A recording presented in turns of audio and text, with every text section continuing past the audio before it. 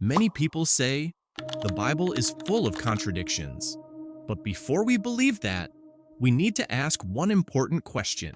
What is a real contradiction?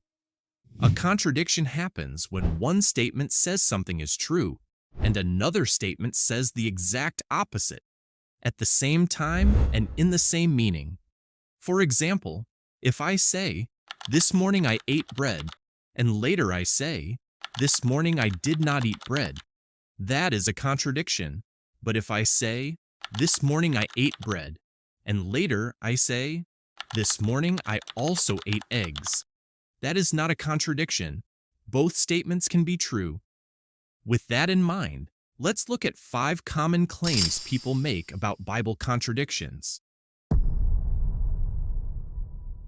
Some say there is a contradiction in the resurrection story. One gospel mentions one angel at Jesus' tomb. Another gospel mentions 2 angels. Is that a contradiction? No. If there were 2 angels there, one writer may choose to talk about only one of them, especially if that angel was the one speaking. If I say, "I saw a police officer at the scene," and someone else says, "There were 2 police officers at the scene," we are not contradicting each other. One person just gave more detail. Different details do not mean contradiction. In the Gospel of Matthew, Judas hangs himself. In the book of Acts, Judas falls and his body bursts open. Some people say, "See, that's a contradiction." But look carefully. Matthew explains how Judas died. He hanged himself.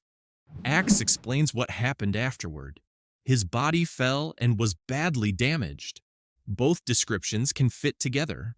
One explains the method, the other explains the result. That is not a contradiction. In Matthew's genealogy, Joseph's father is named Jacob. In Luke's genealogy, Joseph's father is named Heli. At first, that seems confusing. But many Bible scholars explain that Matthew gives Joseph's legal family line, while Luke gives Mary's family line. In Jewish culture, family records were written using male names. So Luke may be showing Mary's line, but listing Joseph's name in the traditional way. 2 different family lines, not a contradiction. Sometimes numbers in the Old Testament are slightly different. For example, one passage says a king ruled for 3 months. Another says 3 months and 10 days. Is that a contradiction? No. One writer may give a rounded number, another may give the exact number. One is just more exact. In the Gospel of John, it says no one has ever seen God. But in Genesis, Jacob says he saw God face to face. Is that a contradiction? Not necessarily.